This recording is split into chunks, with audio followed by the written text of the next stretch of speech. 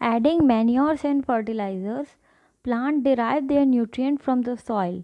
Plant अपने nutrient soil से लेते हैं. Different plant need different type of nutrient for their growth. अलग अलग पेड़ों को अलग अलग तरह के न्यूट्रिएंट्स की ज़रूरत होती है उनके ग्रोथ के लिए. Over a period of time, एक समय तक, the soil becomes deficient in the nutrients needed by the crops. Soil में उतने न्यूट्रिएंट्स नहीं हो पाते जितने क्रॉप्स को चाहिए होते हैं. Thus the soil loses its fertility. इसीलिए सॉइल अपनी फर्टिलिटी को लूज़ कर देता है. To maintain the fertility of soil, fertility soil की मेंटेन करने के लिए farmer add substances to it called manures and fertilisers. Farmer उसमें फर्टिलाइजर्स एंड मैन्योर्स ऐड करते हैं. Manure is the organic material obtained from the decomposition of dead plant and animal waste. Manure वो organic material है जो dead plants और animal waste के decomposition से मिलता है. Farmer dump animal and plant waste in pits in open places. Farmers animal and plant waste को open places में dump करते हैं. The waste is then allowed to decompose by microorganism and an organic material is obtained. वो waste फिर decompose किया जाता है micro organism के थ्रू और एक ऑर्गेनिक मटेरियल हमें मिलता है जिसे हम मैन्योर कहते हैं. Advantages of using manure. Manure use करने के advantages. It improves the texture of the soil. वो सॉइल के टेक्सचर को इम्प्रूव करता है. It make the soil porous. वो सॉइल को पोरस बनाता है.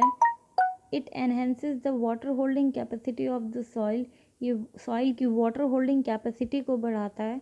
It increases the number of soil friendly microbe. ये सॉइल फ्रेंडली माइक्रोब्स को भी बढ़ाता है.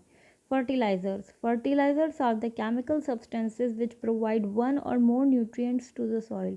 ये वो केमिकल सब्सटेंसेज हैं जो सॉइल को एक या एक से ज़्यादा न्यूट्रिएंट्स प्रोवाइड करते हैं. They are produced or manufactured in factories. इनको मैन्युफैक्चर या फिर प्रोड्यूस फैक्ट्रीज में करा जाता है. For example urea, ammonium, potassium sulphate and NPK, nitrogen, phosphorus, potassium are some common fertilisers. ये कुछ कॉमन यूज्ड फर्टिलाइजर्स हैं. Farmers get better crops by using these fertilisers. Farmers जब इन फर्टिलाइजर्स को यूज़ करते हैं तो उन्हें बेटर क्रॉप प्रोडक्शन होती है. Fertilisers get easily dissolved in water. ये ईजिली डिजॉल्व होते हैं वाटर में. And hence are easily absorb by plant. और इसीलिए प्लांट्स भी जल्दी एब्जॉर्ब कर पाते हैं. However excessive use of fertilisers over a long period. ज़रूरत से ज़्यादा फर्टिलाइजर्स को यूज़ करने पे सॉइल की फर्टिलिटी लूज़ हो सकती है and adversely affect the crop production. और क्रॉप प्रोडक्शन पर भी असर पड़ सकता है. Natural methods to replenish nutrients in the soil. कुछ नेचुरल मेथड जिससे न्यूट्रिएंट्स को सॉइल में रिप्लेनिश करा जा सकता है. Apart from using manures and fertilisers, manure और फर्टिलाइजर्स यूज़ करने की बजाय the nutrient in the soil can be replenish through natural methods as well. कुछ नेचुरल मेथड्स को यूज़ करके न्यूट्रिएंट्स को रिप्लेनिश करा जा सकता है. Some of these method are. कुछ मेथड्स यहाँ पे दिए गए हैं. First, field fallow. In this method the land is left uncultivated for one or more season to regain nutrient naturally by the decomposition of dead plant and other organic material. इस method में land को एक से ज़्यादा season तक uncultivated रखा जाता है जिससे न्यूट्रिएंट्स नेचुरली आए decomposition of dead plant and animal and other organic material के ज़रिए. Crop production. Crop rotation. In this crop rotation, farmers change their crops in each season. इस method में farmers अपने crops को each season में बदलते हैं so that soil does not become deficient in any specific nutrient. जिससे soil में किसी भी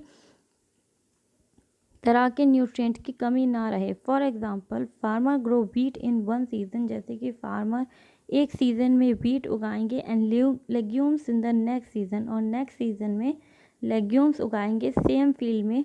wheat crop uses nitrogen from the soil. जो वीट क्रॉप होता है वो सॉइल से नाइट्रोजन को यूज़ करेगा. और leguminous plant help in nutrition nitrogen in the soil. और लेग्यूमिनस प्लांट नाइट्रोजन को रिप्लेनिश करने में मदद करेगा. Next, mixed cropping. In this method 2 or more varieties of crops are grown together. इस मेथड में 2 या 2 से ज़्यादा तरीके के क्रॉप सेम फील्ड में लगाए जाते हैं. The crops are chosen in such a way that the nutrients needed for one crop are fulfilled by other crop. जो न्यूट्रिएंट एक क्रॉप से को मिल रहा है उसी से दूसरे क्रॉप्स की भी फुलफिलमेंट हो जाए. For example, coconut and groundnut crop are often grown together in the same field. Cotton और मूंगफली के क्रॉप्स एक ही सेम फील्ड में ज़्यादातर एक संग उगाए जाते हैं. Irrigation. Like human being, plant also require water for their proper growth and development of flower, fruit and seed. Human beings की तरह ही plants को भी पानी और proper growth और development की ज़रूरत होती है उनके flower, fruit and seeds के लिए. Plant contain about 90% of water. Plant में लगभग 90% पानी होता है. Water is the medium by which plant get mineral and fertilizer from the soil. पानी वो माध्यम है जिसकी वजह से प्लांट्स को मिनरल एंड फर्टिलाइज़र सॉइल से मिलते हैं. अंडर ड्राई कंडीशन में seed do not germinate. Seed germinate नहीं करते. Irrigation is the process of providing water to the field at regular interval for assisting better growth of crop. Equal time पर पानी देने को क्रॉप्स को irrigation कहा जाता है. However, the requirement of water depend upon the type of crop. इसके अलावा किसी क्रॉप को कितने पानी की ज़रूरत होती है वो क्रॉप की क्वालिटी और रिक्वायरमेंट पे निर्भर होता है. Weather condition and type of soil. Weather conditions पे और मिट्टी की क्वालिटी पे भी डिपेंड करता है. The frequency and amount of irrigation required from crop to crop. Frequency and amount irrigation का वो क्रॉप्स पे निर्भर होता है. For example, paddy crop require plenty of water. जैसे कि पैडी क्रॉप को ज़्यादा से ज़्यादा पानी की ज़रूरत होती है उनकी ग्रोथ के समय, और वीट क्रॉप्स को कम पानी की ज़रूरत होती है. Water for irrigation is obtain from wells, river, reservoirs, tube wells, dams, canals and pond. पानी इरिगेशन के लिए वेल से, रिवर से, reservoirs, tube well, dams and canals and ponds के थ्रू लिया जाता है. Methods of irrigation. इरिगेशन के 2 मेथड होते हैं, ट्रेडिशनल एंड मॉडर्न.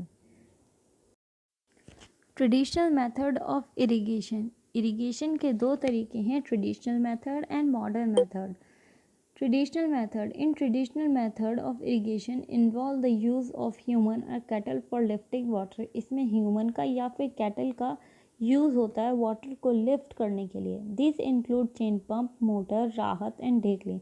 इनमें इन सब की ज़रूरत पड़ती है. This method are cheaper but less efficient. ये सब सस्ते हैं लेकिन एफिशिएंट भी कम हैं. And often lead to wastage of water. और इनकी वजह से काफ़ी बार वाटर की वेस्टेज भी होती है. Modern methods of irrigation. Modern method of irrigation में 2 तरह के सिस्टम होते हैं, sprinkler system and drip system. Sprinkler system. In this system water is sprinkled on the crop through a system of pipe. इसमें crops को एक pipes के जरिए पानी दिया जाता है. The water is pumped in the pipe in spread into the air through rotating spray head nozzles. इसमें पानी नोजल्स के थ्रू स्प्रे के जरिए क्रॉप्स पर फैलता है. Water falls on the crop in the form of small water droplets. Small water droplets की form में क्रॉप्स में पानी डाला जाता है. Similar to rainfall. बिल्कुल रेनफॉल के तरीके से. This method is use for irrigating uneven land and region having sandy soil. ये मेथड वहाँ पर यूज़फुल है जहाँ पे अनइवन लैंड है और वो रीजन जहाँ पर सैंडी सॉइल है. Drip system. In this system water is dripped onto the root of the plant. इसमें प्लांट्स की रूट्स पर पानी डाला जाता है ड्रॉप बाय ड्रॉप. 1 ड्रॉप के बाद दूसरी ड्रॉप के थ्रू पानी डाला जाता है through small hole in the pipe. Pipes में होल होते हैं उनके जरिए. This technique saves a lot of water. इसकी वजह से पानी की बहुत बचत होती है and is very useful in areas which have shortage of water. और उन जगहों पे काफ़ी यूज़फुल है जहाँ पे वाटर की शॉर्टेज है. Weeding and crop protection. The undesirable plant that grow along with the main crop are called weeds. वो undesirable plant जो मेन क्रॉप के संग उग जाते हैं उनको weeds कहते हैं. Amaranthus, चौलाई, wheat, oat, बथुआ and दूब grass are some example of weeds. ये कुछ some example हैं weeds के. Weeds compete with the main crop for air, sunlight, nutrient which adversely affect the growth of crop. ये मेन क्रॉप से sunlight, nutrients, air के लिए compete करते हैं जो क्रॉप की ग्रोथ को अफेक्ट करता है.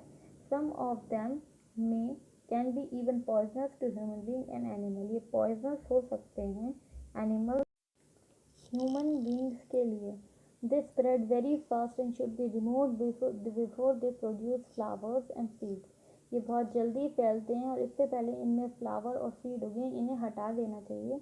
The process of removing weed is called weeding. इस तरीके को जिसमें हम वीड्स को हटाते हैं उसको वीडिंग कहते हैं. इसको हाथ से या फिर केमिकल के थ्रू भी हटाया जा सकता है. Manual weeding. Manual weeding is removing weeds by uprooting them with hand or cutting them close to the ground. Manual weeding में weeds को हाथ से हटाया जाता है या फिर ग्राउंड के बिल्कुल क्लोज लाकर काटा जाता है. This is done with the help of implement. इसको खुरपी, हैरो एंड हो की मदद से करा जाता है. Weeding by using chemical. Chemicals के जरिए भी वीड्स को हटाया जाता है. 24D MCPA are some example of weedicide. 24D MCPA ये कुछ एग्जाम्पल हैं वीडिसाइड्स के. They check the growth of weeds without affecting the main crop. ये वीड्स की ग्रोथ को चेक करते हैं मेन क्रॉप्स को अफेक्ट करे बिना. Weedicides are diluted with water and sprayed onto the field to kill weed. इसको वाटर के संग डाइल्यूट करके फिर फील्ड पर स्प्रे करा जाता है जिससे वीड्स ना उगे. Weedicides are poisonous for human beings. ये ह्यूमन बींग्स के लिए पॉइजनस है. The farmer should cover their nose and mouth with a piece of cloth to protect themselves while spraying them. Farmer अपनी नाक और मुंह को एक कपड़े के टुकड़े से ढक लेते हैं इनको स्प्रे करते समय. The grains, fruits and vegetable that we eat should be properly wash. हम कोई भी ग्रेन, फ्रूट या वेजिटेबल खाते हैं उससे पहले उसको धो लेना चाहिए. Because being consumed as they may be coated with weedicide. खाने से पहले उन पे विडिसाइड्स लगी होती है. Crop protection from pests and diseases. The organisms that damage the crop are called pest. वो ऑर्गेनिज्म जो क्रॉप्स को डैमेज करते हैं उनको हम पेस्ट बोलते हैं. Rodents, rats and squirrels and insects, termites and locusts are some example of pest. ये कुछ एग्जांपल्स हैं पेस्ट के. Pesticide and insecticide are used to destroy the pack without affecting the plant. Pesticide और insecticide use करे जाते हैं paste को destroy करने के लिए जिससे प्लांट्स को भी कोई अफेक्ट ना हो. Some time crops are also attacked by diseases which spoil them and make them unfit for human consumption. कभी कभी क्रॉप्स डिजीज़ के कारण भी अटैक होते हैं जो उनको ख़राब करते हैं और ह्यूमन कंजम्पशन के लिए वो किसी यूज़ के नहीं रह जाते. These diseases are caused by fungi, bacteria or virus and are generally transmitted through seeds, air, soil और insect.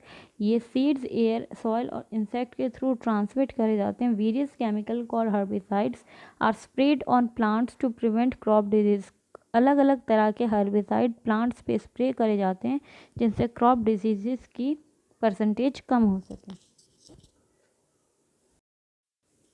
Harvesting. Harvesting is the process of cutting and gathering of crop when they are mature. Harvesting वो तरीका है जिसमें crop को काट कर उसको इकट्ठा करा जाता है जब वो पूरी तरह से मैच्योर हो जाते हैं.